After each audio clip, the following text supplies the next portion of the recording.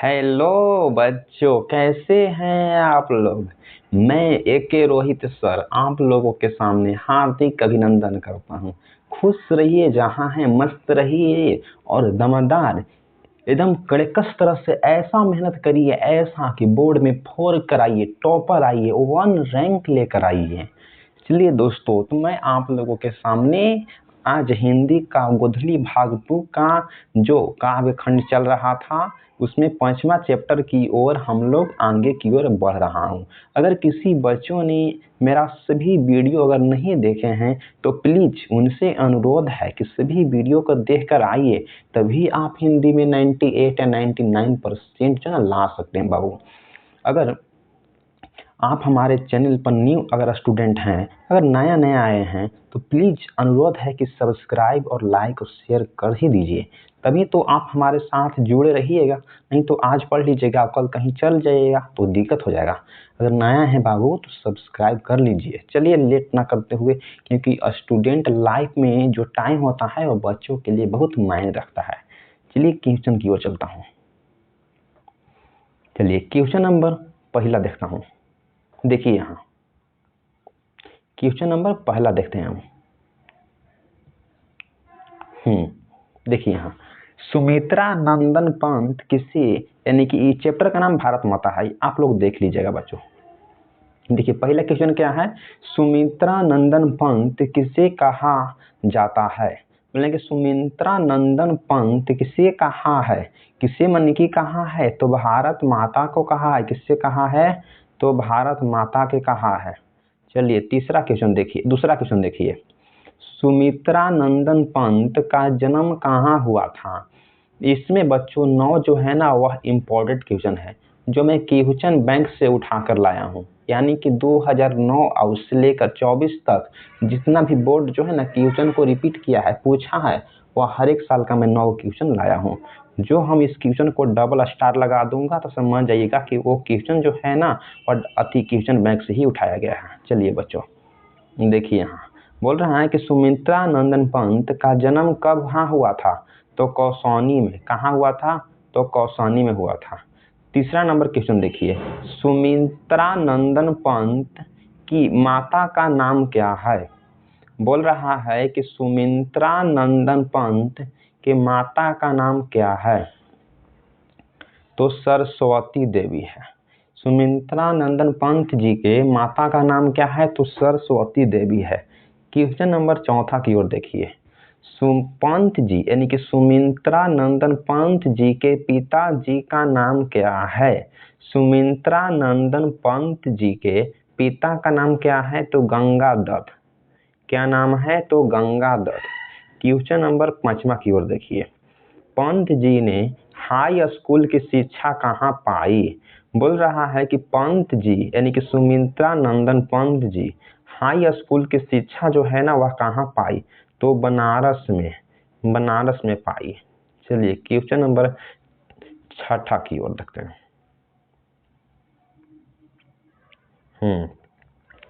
देखिए सुमित्रा नंदन पंत का जन्म कहाँ हुआ था, नहीं कब हुआ था। बोल रहा है कि सुमित्रा नंदन पंत का जन्म यानी कि कब हुआ था, यानी कि 1900 ईस्वी में हुआ था। ये क्वेश्चन जो है ना डेट वाला तो आप देख लीजिएगा, इसमें मैं डबल स्टार लगाता हूँ कि जो क्वेश्चन बैंक से ही उठाया गया है, इसको आप एकदम बना लीजिए। जो अगर 25 में एग्जाम देने वाले हैं उसके लिए मैं बोल रहा हूँ। 7वां क्वेश्चन देखिए, सुमित्रा नंदन पंत का निधन जो है ना वह कब हुआ था। सुमित्रा नंदन पंत का निधन जो है ना वह कब हुआ था, तो 19 दिसंबर 1977 ईस्वी को। कब हुआ था, तो 19 दिसंबर 1977 ईस्वी को। क्वेश्चन नंबर नेक्स्ट देखिए, पंत जी किस युग के कवि थे। बोल रहा है कि जो पंत जी किस युग के कवि थे। ये जो थे ना वह छायावाद युग के थे। कौन सा युग के कवि थे, तो छायावाद युग के। ये जो क्वेश्चन है क्वेश्चन बैंक से ही उठाकर इसको लाया गया है, इसको देख लीजिएगा। चलिए क्वेश्चन नंबर 8 को देखता हूँ।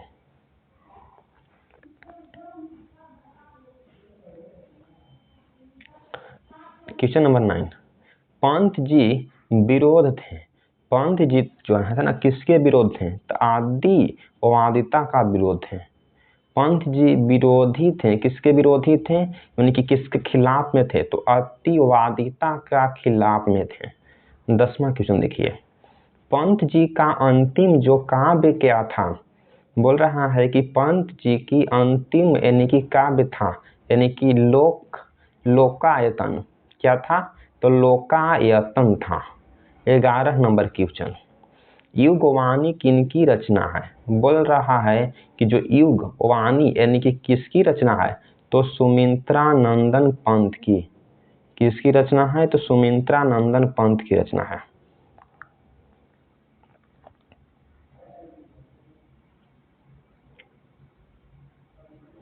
क्वेश्चन नंबर 12 देखिए, सुमित्रा नंदन पंत को किस रचना पर भारतीय ज्ञानपीठ का पुरस्कार मिला? बोल रहा है कि सुमित्रा नंदन पंत को किस रचना पर भारतीय ज्ञानपीठ का पुरस्कार मिला? यानी कि चिंद बरापर। किस पर मिला बाबू? तो चिंद यानी कि बराबर। येहू जो क्वेश्चन है ना, वही क्वेश्चन बैंक में से उठा के ले ली, एकरा तो बना ली हल कौन आगे 25वां में आए बतावा। चलिए क्वेश्चन नंबर 13 देखिए, भारत माता कविता के रचनाकार कौन है? बोल रहा है कि भारत माता जो कविता है ना, एक रचनाकार के है, तो यानी कि सुमित्रा नंदन पंत। सुमित्रा नंदन पंत जी है। ये तो आपको जाहिर सी बात है कि आप लोग इसी चैप्टर के बारे में नाम सुने हैं कि क्या लिखा है, तो सुमित्रा नंदन पंत। चलिए बच्चों, इसको नहीं पूछा। नेक्स्ट क्वेश्चन की हम लोग बढ़ते हैं।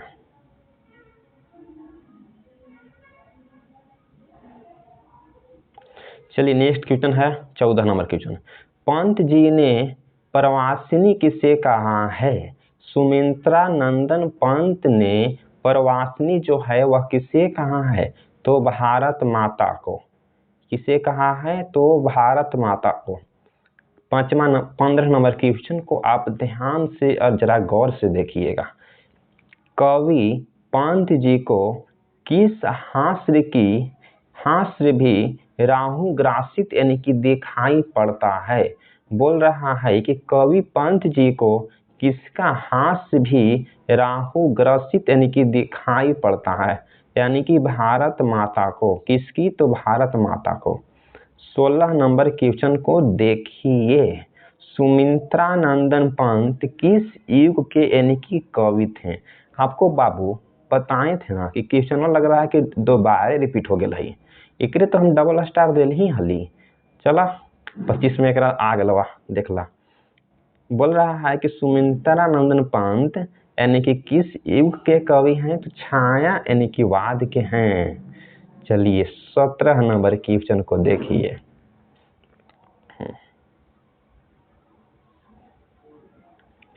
चलिए 17 नंबर क्वेश्चन देखिए, पंत जी को किस यानी कि रचना पर ज्ञानपीठ पुरस्कार प्राप्त हुआ? बोल रहा है कि जो सुमित्रा नंदन पंत को किस यानी कि रचना पर ज्ञानपीठ पुरस्कार प्राप्त हुआ? चिदंबरा पर। किस पर? चिदंबरा पर। 18वां नंबर क्वेश्चन को देखिए, भारत माता शीर्षक प्रगीत यानी कि पंत के किस काव्य संकलन से लिया गया है? बोल रहा है कि जो भारत माता जो शीर्षक जो यानी कि प्रगीत है ना, और पंत के किस यानी कि काव्य की संकलन से लिया गया है? तो यानी कि गम्या से लिया गया है। गम्या, इसको देख लीजिए। यही जो क्वेश्चन है ना वह 2 से 3 बार आओ, ये 3 बार पूछा है, इसको तो मैं डबल स्टार देता हूँ, ट्रिपल स्टार। इसको बना के जाइएगा। चलिए 19 नंबर क्वेश्चन, ग्राम्या काव्य संकलन की कविता पर किसका यानी कि प्रभाव है? बोल रहा है कि जो इसी क्वेश्चन को घुमा दिया है, कुछ नहीं है। बोल रहा है कि जो ग्राम्य काव्य संकलन की कविता पर किसका प्रभाव यानी कि है? तो यथार्थवाद का। किसका है? तो बोल रहे हैं कि यथार्थवाद का। किसका? तो यथार्थवाद का। क्वेश्चन नंबर 20 को देखिए, प्रकृति का सुकुमार कवि किसे कहा जाता है?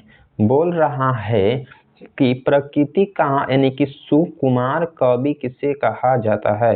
यानी कि पंत जी को। सुमित्रा नंदन यानी कि पंत जी को। क्वेश्चन नंबर 21 को देखिए, भारत माता के संबंध में क्या सही है। बोल रहा है कि भारत माता के संबंध में यानी कि क्या जो है वह सही है, तो ग्राम वासिनी सही है। भारत माता के जो संबंध में यानी कि ग्राम वासिनी जो है वह 1 नंबर सही है। चलिए नेक्स्ट क्वेश्चन की ओर।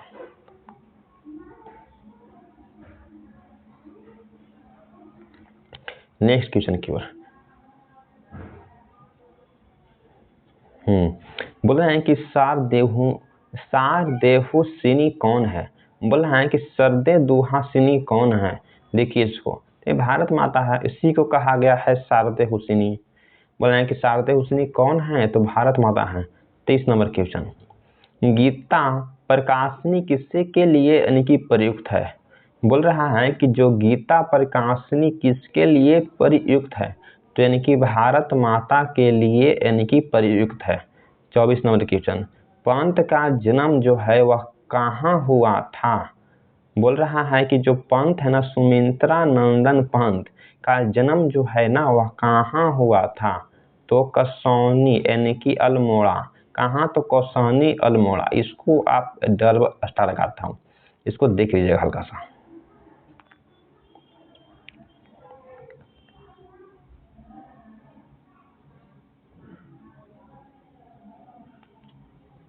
चलिए 25 नंबर क्वेश्चन, पंत जी ने काव्य लिखा है। इसको देखिए, बोल रहा है कि पंत जी ने काव्य लिखा है यानी कि लोकायतन। क्या है, तो लोकायतन।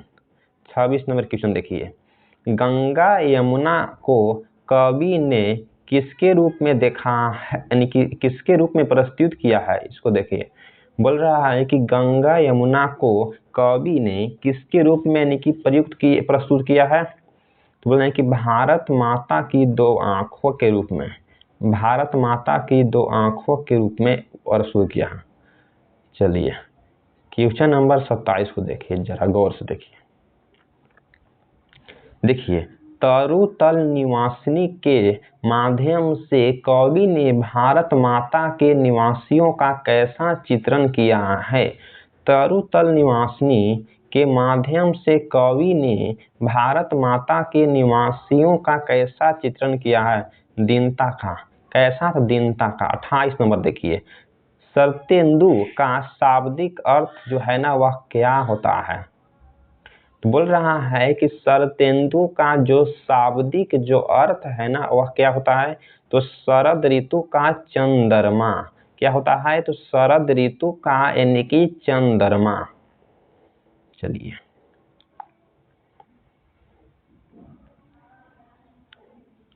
क्वेश्चन नंबर बाबू हम लोग जो है ना लास्ट देखने वाले हैं। क्या 29 नंबर है, क्रंदन का अर्थ क्या है। बोल रहा है कि जो क्रंदन है ना उसका अर्थ क्या होता है। क्रंदन का अर्थ क्या होता है, यानी कि रोना। क्रंदन का जो अर्थ जो होता है वो क्या होता है, तो रोना। 30 नंबर क्वेश्चन देखिए, तप समय कौन सा समास है। बोल रहा है कि तप यानी कि समय कौन सा जो एक समास है, तो द्विंदु समास है। जिस समास के बीच में अगर एवज चिन्ह का प्रयोग होता है, इसको एवज चिन्ह कहते हैं। उसका एवज चिन्ह का अगर प्रयोग होता है ना, तो ये द्विंदु समास कहलाता है। इसको जब व्याकरण पढ़िएगा ना तब खुद से जान जाइएगा, टेंशन की बात इसमें नहीं है। 31 नंबर क्वेश्चन देखिए, सुमित्रा नंदन पंत की मृत्यु जो है ना वह कब हुई थी। बोल रहा है कि सुमित्रा नंदन पंत की मृत्यु जो है वह कब हुई थी, 19 दिसंबर 1977 ईस्वी को। 19 दिसंबर 1977 ईस्वी को। चलिए दोस्तों, इस चैप्टर में से हम लोग 31 मनी की ऑब्जेक्टिव को देखा हूँ, जिसमें से सभी जो लोग पढ़ाते हैं यूट्यूब पर उससे खास जो है ना एक बात यह है कि मेरा पढ़ाया हुआ यानी कि जो 31 क्वेश्चन पढ़ाया हूँ ना, इसमें से आप कहीं से मिला कर देख लीजिएगा, एक भी जो क्वेश्चन जो है ना वह यानी कि गलत नहीं होगा, यानी कि रॉन्ग नहीं होगा। ढेर से हम यूट्यूबर्स को देखे हैं कि क्वेश्चन तो लगवा देते हैं बच्चों का, बाकी उसमें से 2 या 4 जो क्वेश्चन जो होते हैं ना वह गलत हो जाते हैं।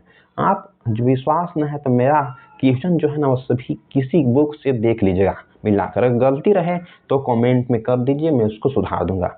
जहाँ तक हमने प्रयास किया है कि एक भी क्वेश्चन गलत नहीं होना चाहिए, क्योंकि सीधे वह बच्चे पर असर पड़ता है। अगर मेरा चैनल से जो कंटेंट मैं पढ़ा रहा हूँ, अगर आप कुछ अगर बेनिफिट है, कुछ हेल्प कर रहा है, तो प्लीज़ आपसे अनुरोध है कि प्लीज़ सब्सक्राइब और लाइक और देखना नहीं भूलिएगा बच्चों। प्लीज़ सब्सक्राइब कर लीजिएगा। हमारे माध्यम से यानी कि जुड़े रहिएगा, तभी तो मैं पढ़ाऊँगा।